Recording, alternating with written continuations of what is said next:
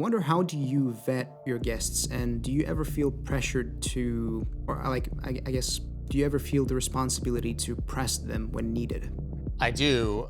The problem is that when I spoke to them, they weren't criminals yet. Right? They were the Yeah, they that's the were thing. largely the heroes of the industry when Mhm. I interviewed them, and it's never been my goal to be like a hard hitting news, aha, gotcha kind of anchor.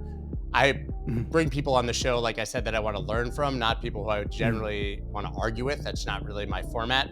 So I definitely have no problem asking people the hard questions. I just never got the opportunity with any of them because they were still sort of the biggest names, the heroes of the Yeah. industry. When you talk about vetting them, I mean, like I said, they were beloved.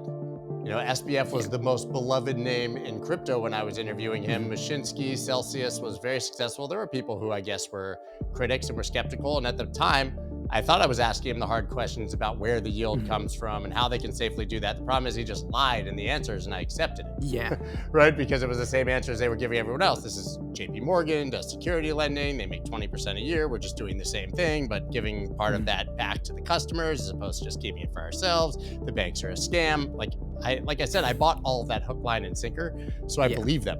Listen, I will talk to anyone. I'll bring anyone on. I will have a conversation and ask any question.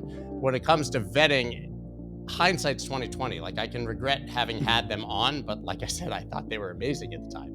Well, Maybe yeah, I was dumb, or everyone. maybe I was just listening to the mainstream narrative. But there's nothing in my mind where I can look back and say, "Wow, I should have known that FTX was going to collapse. I should have never talked to SBF. He was on the cover of magazines."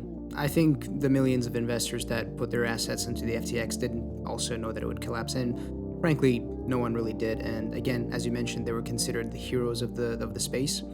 But when you mentioned questions like where do you get this and where do you get that, that's what I meant by Yeah, the yeah. I responsibility asked. of pushing them. Yeah. I asked. I guess I just wasn't smart enough to know that they were lies or that it didn't add up. I disagree with you completely because again, I mean, you're one of the frontiers, and I think your experience comes first whenever you're talking about crypto. So I'd say don't Appreciate be that. too harsh on yourself. I mean, yeah, Hard what lessons happened learned. happened. Yeah,